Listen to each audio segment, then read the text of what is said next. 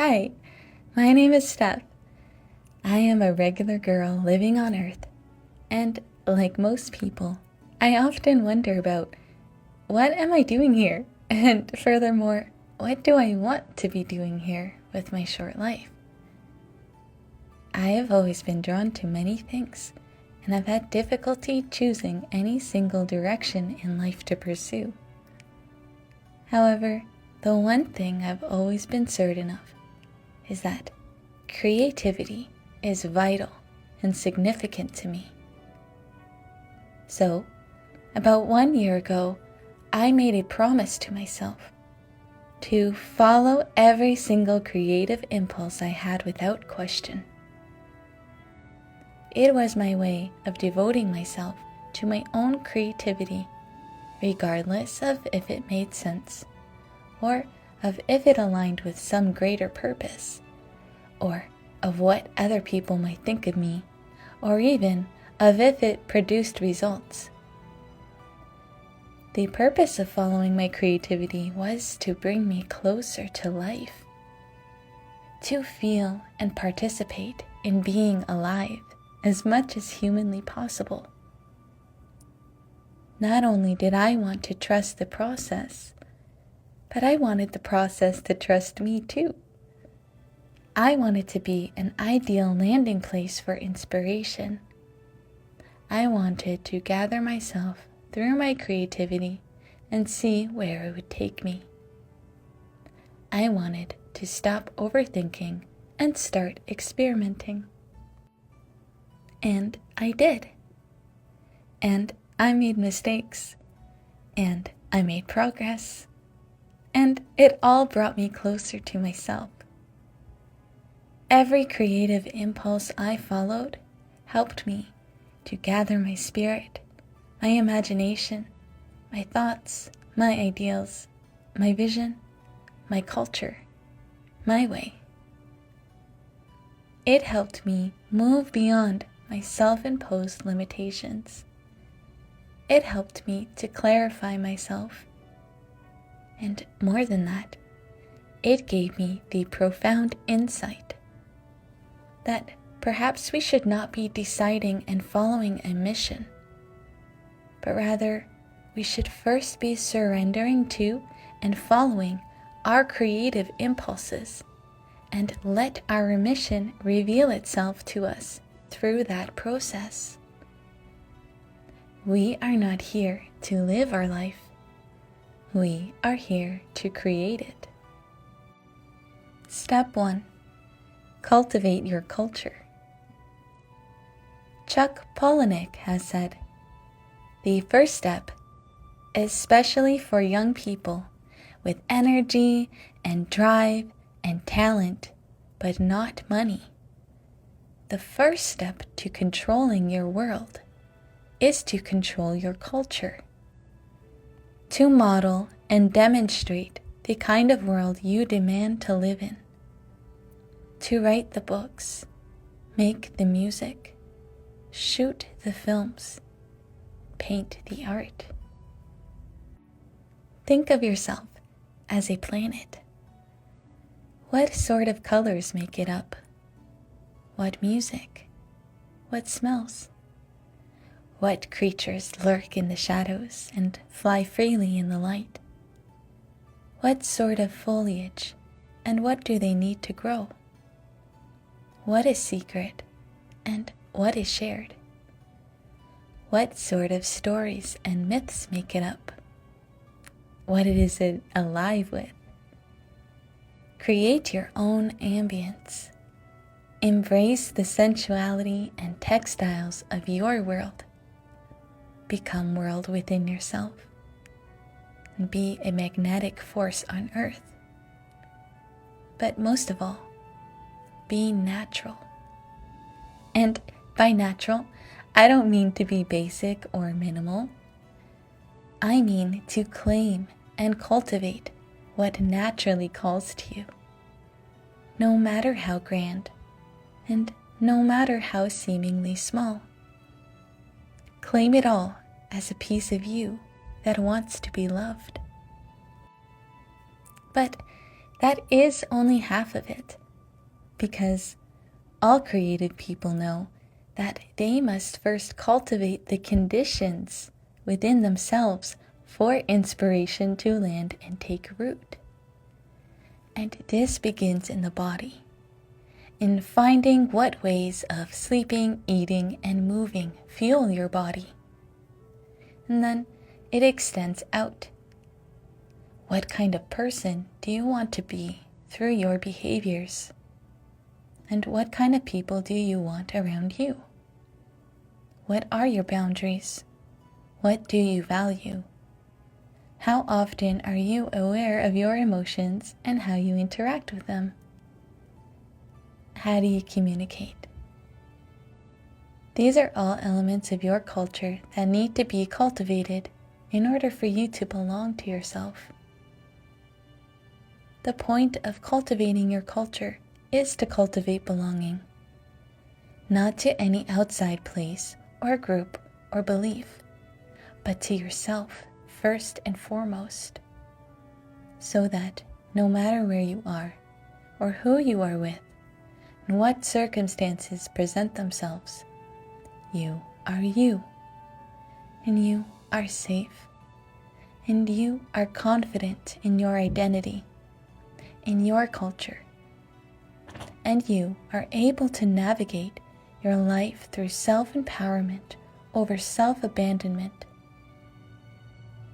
Once you belong to yourself, you have enough trust in yourself to surrender to the unknown.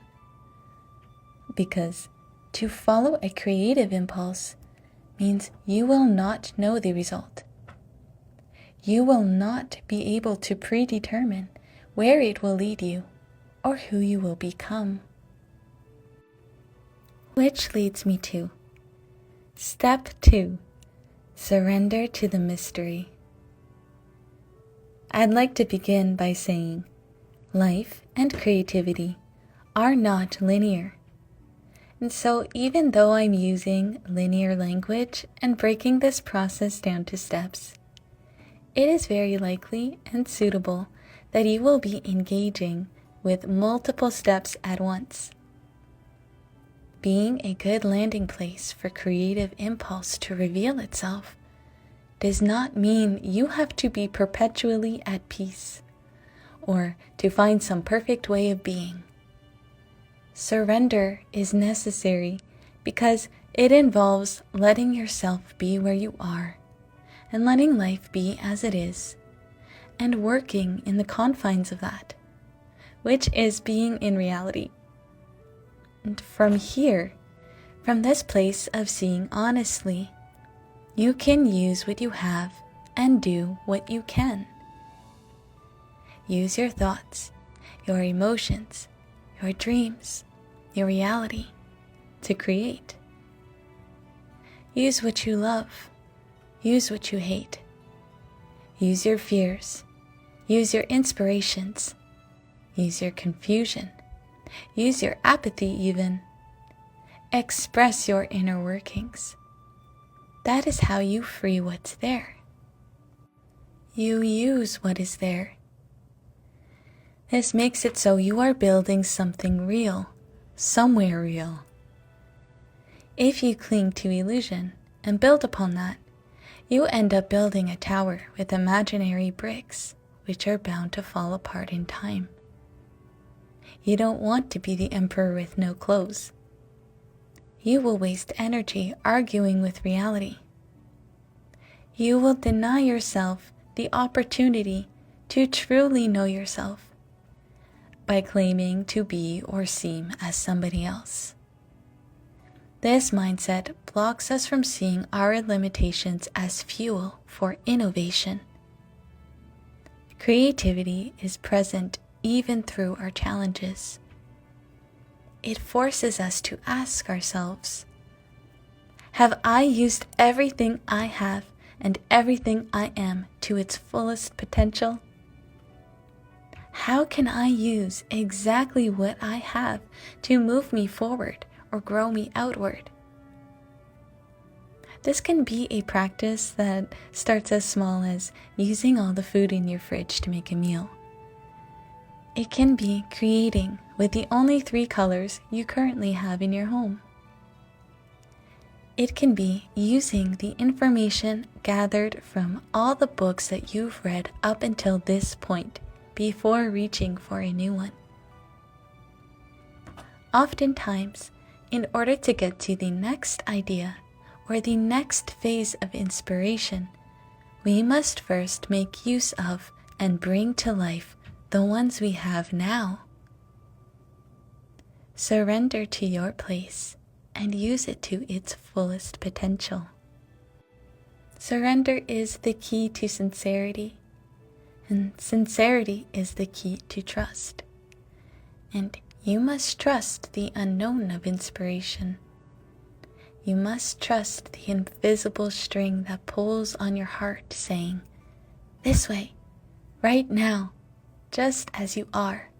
Come, try this." And it is in this invisible string that you must trust above all appearances and conditionings. Henry Miller said, "No man is great enough or wise enough for any of us to surrender our destiny to. The only way in which anyone can lead us is to restore to us the belief in our own guidance." This means we must fall to our knees at the bed of our life. This means facing and integrating the parts of ourselves that doubt ourselves, the parts of ourselves that don't believe in possibility, the parts of ourselves who are afraid of risking what we know in order to find out what we don't know yet. This means holding the fragile hand of our fear. This requires patience and courage. And here, you can feel your impulses, and you can determine which impulses rise from fear or inspiration. You will speak tenderly to the fears, as not to conform to them, but rather to lovingly guide them toward the impulse of your inspiration. In this way of surrender and humility, we are able to hold the fullness of ourselves and our inspirations without judging or altering them. We allow them to be complete within themselves, and therefore we are able to express them to completion. Half-assed is half-freed. Go all the way with it, whatever it is. Step 3. Get excited. Embrace the things and feelings in your life that bring you alive, which simultaneously means embracing your curiosity. And if you feel cut off from that feeling of curiosity, try to remember your childhood. Try to remember the things that made you sparkle in your childhood. Remember your favorite color. Remember what you were drawn to in the classroom or on the playground. Whether it's butterflies, trains, clothes, clouds, bicycles, paper planes, anime, literature, anything and everything that truly sparks a light in your heart and reminds you of some part of yourself. Gather yourself through your natural interests and resist giving too much time and energy to the things that others find interesting or that you think will help you seem interesting. From here, you will build on that excitement and that impulse of aliveness to pick up the pen or the paintbrush, the camera, or to organize your business, to make your meals, to raise your families, and give to your communities. Love springs from the inside, says 𝖑𝖎𝖐. It is the immortal surge of passion, excitement, energy, power, strength, prosperity, recognition, respect, desire, determination, enthusiasm, confidence, courage, and vitality that nourishes, extends, and protects. It possesses an external objective: life. Cringe culture kills the inner child, and conformity kills creativity. Being creative means to have access to your original impulse. Please, whatever you do, do not adhere your creative impulses to an algorithm. An algorithm is a machine. If you mold to it, you will become like a machine. Predictable, controllable, dead inside. Creativity is the opposite of this. Creativity is mercurial, daring, and alive. That which is creative imbues life with more life. It expands the world, and it saves it with what is true and what has been pulled from the spirit. The only way to become unpredictable to AI is to be so married to our creativity and to our individual impulses that not even a machine can predetermine who you are, what you will do, or who you are becoming. If, as individuals, we are connected and integrated with our creativity, we become less controllable as masses, and we are less likely to fall prey to manipulation. We become free. We become magnetic. We put ourselves in the organic flow of life, which wants us to grow and expand and pour into the world. Catering yourself to your loves, to your aliveness, will energize you in a world designed to kill you slowly from the inside out. What you love will replenish you. It will feed you. It will make you feel more whole, more you, more vibrant, and no doubt it will change you to such a degree that you yourself will become uncomfortable, as well as the people around you. When you are capable of expressing and moving things to completion, it means you are transformed by the end of it. If we notice that no matter how much we create, we find ourselves trapped inside the same attitude, mindset, feeling, or world, it is probably because we have not yet expressed ourselves entirely honestly. We have not freed it and ourselves by embracing the entirety of said thing. And if you are entirely honest, the expression of it will change so that you are expanding and clarifying. In this way of insight and action, you are creating yourself, and you are creating your life. And if it is fully alive, then it is in a state of constant flux, oscillating between ebb and flow and alteration. What is alive is moving and growing.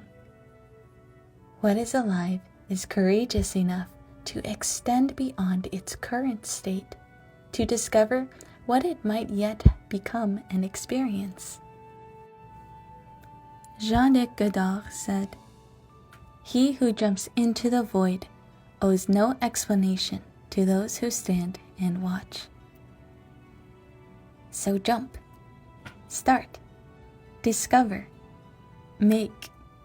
Start imprinting yourself into your excitements.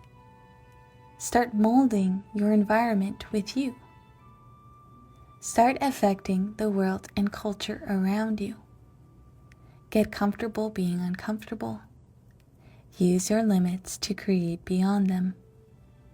When you are being creative, put aside the intellectual mind. The creative act has nothing to do with it.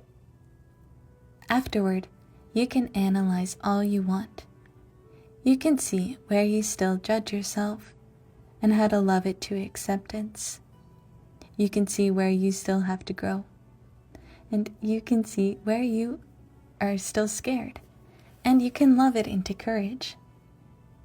But when it comes to following the impulse, try not to think beyond what is necessary to perform the task honestly, but rather surrender to the intelligence of the body. Surrender to the impulse that roars in your bloodstream for you to move with the intensity of a wildfire, spilling truth and beauty anywhere you are called to. We don't create ourselves through dreams alone. We create ourselves through our choices, through our willingness to act upon our dreams and values. It is through your choices and actions that you know whether or not you even trust yourself, and whether or not you trust your vision, and whether or not you trust your creativity, and whether or not your creativity can trust you. Leo Tolstoy said, "Until you do what you believe in, you don't know whether you believe in it or not." The only way that you can prove that you can do something is to do it. And the only way forward is to begin. And to be willing to make mistakes. And to be willing to adopt a beginner's mind. And be willing to try. And to learn. And to fail. And to be mocked. And to be celebrated. And to be different.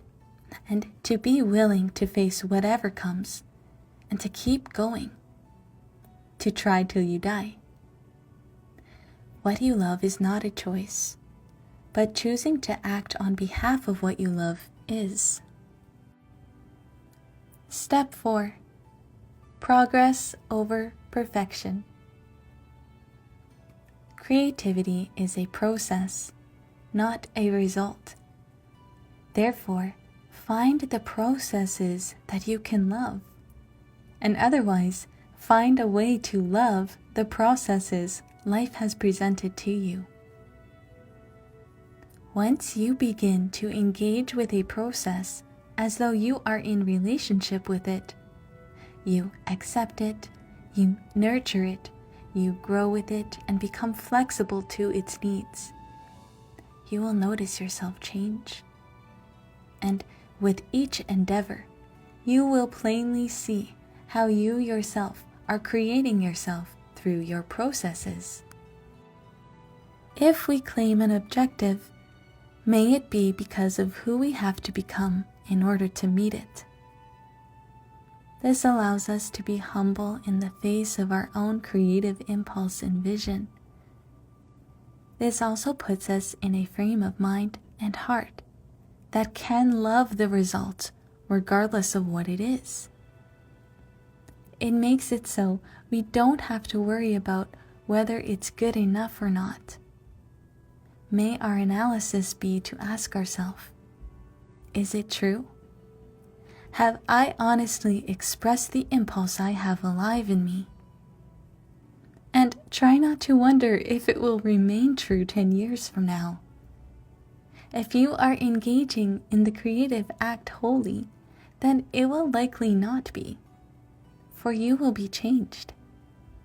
It is a sign of growth to look at ourselves and our work from a year ago and no longer relate to every single element of it. All creative works are stepping stones to the next creative work. So there is no end, and so there is no worry. There is only creating and learning and growing and creating again and learning more and growing more and creating again. So the result becomes you. The result is your becoming. The result is an endless progression of you and your life until your final breath. The legendary cellist Pablo Casals was asked why he continued to practice at age 90. "Because I think I'm making progress, he replied. As long as you are creative, as long as you are engaged in a process, you are discovering and integrating more of yourself. And because your inner space is as endless and spectacular as the outer space around you, you will never run out of reasons to be curious about yourself and the world and our possibilities. Every day you are alive is a new day to take on a new impression of yourself and the world, and therefore to create. 𝖑𝖎𝖐𝖘 said, "Whether you succeed or not is irrelevant. There is no such thing.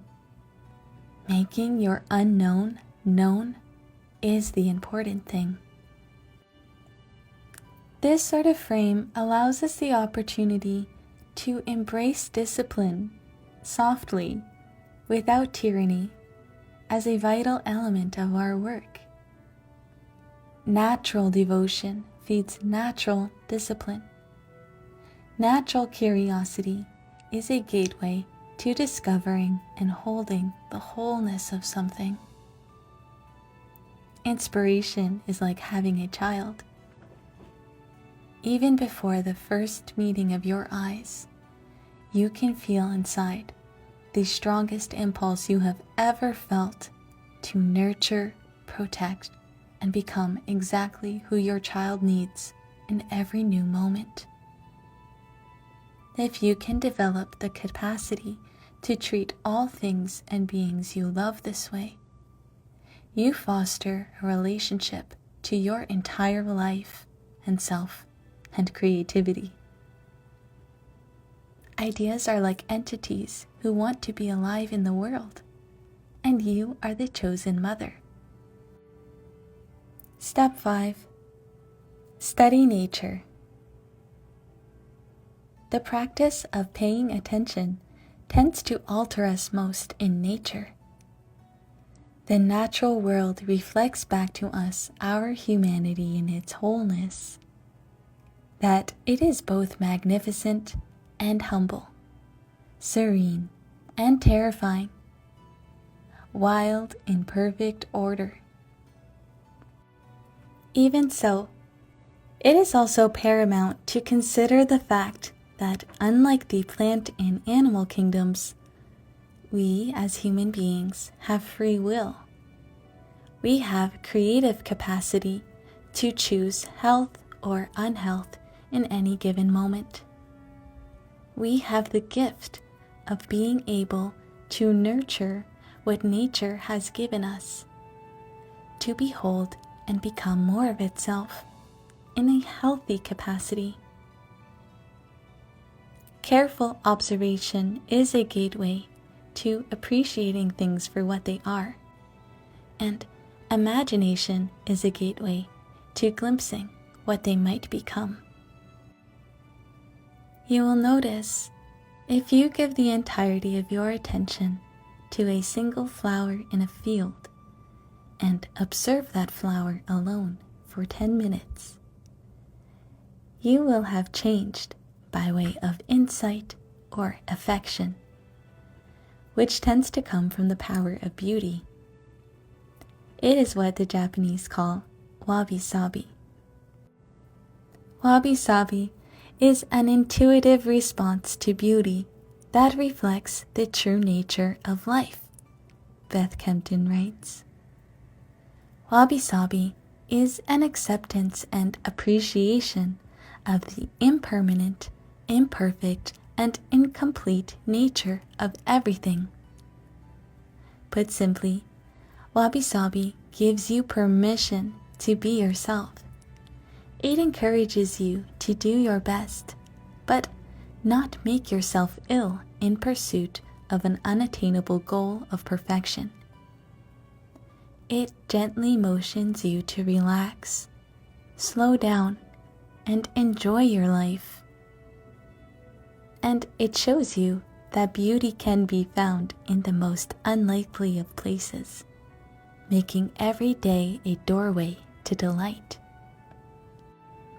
Now, in taking that very same observation of the flower, we might also notice where a termite has begun tearing through the flower and killing it.